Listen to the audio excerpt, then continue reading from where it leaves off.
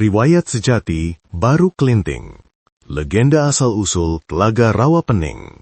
Bagian 7. Warga Dusun Patok yang tidak bersyukur. Namun, segera dijelaskan oleh Ki Ajar Salokantara. Ngger, cara bertapamu di Gunung Kendil ini harus bisa tepung gelang. Jika tidak sampai pada kepala dan ekormu, maka tidak boleh disambung dengan lidahmu. Ketahuilah, Ngger, bahwa lidah itu merupakan pusaka yang ampuh dan tidak ada tandingannya di dunia ini. Ilat, jembare mung sawelat. Kalau sedang berbaik hati, bisa memikat. Namun kalau sedang kurang berkenan, bisa menggetarkan dunia ini. Mendengar penjelasan dari bapaknya tersebut, Baru Kelinting menjadi padam kemurkaannya, dan hanya bisa pasrah kepada kehendak Ki Ajar. Oleh karena itu, sebagai hukuman atas ketidakberhasilan dirimu menjalankan tapa brata secara tepung gelang, maka lanjutkan pertapahanmu dengan tetap melingkari Gunung Kendil ini, sampai ada orang yang bisa membangunkan tapamu. Silakan lanjutkan tapa bratamu, dan semoga berhasil, kata Ki Ajar kemudian. Baru Kelinting kemudian melanjutkan bertapanya dengan tetap melingkari Gunung Kendil.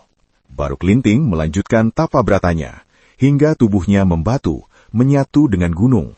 Sedangkan lidahnya yang terputus, menurut dongeng, dijadikan mata tombak yang bernama Kiai Upas, atau Kiai Baru Kelinting. Hari berganti bulan, dan bulan berganti tahun.